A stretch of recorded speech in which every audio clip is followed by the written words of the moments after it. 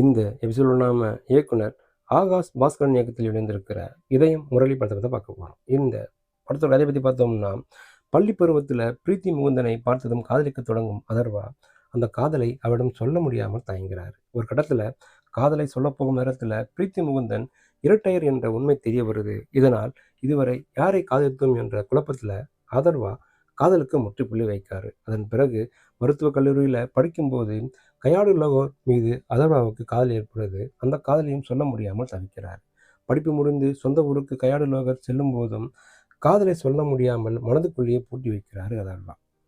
இப்படி நேசித்த பெண்ணிடம் காதலை சொல்ல முடியாமல் தவிக்கும் அதர்வாவுக்கு ஒரு பெரிய இடத்துல சம்மந்தம் பேசி முடிக்கிறாரு அவரது தாய்மாமன் நட்டி நடராஜ்.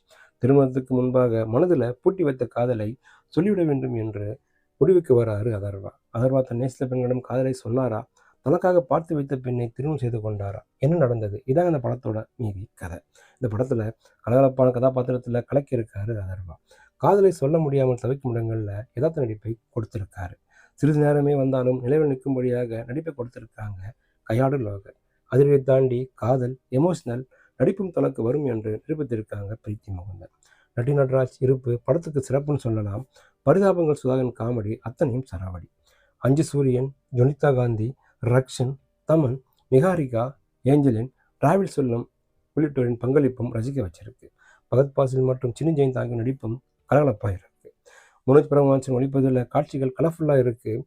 தமன் இசை ஆட்டம் ஓட வச்சிருக்கு. பின்னணி இசையும் பிரமாதம் சொல்லலாம்.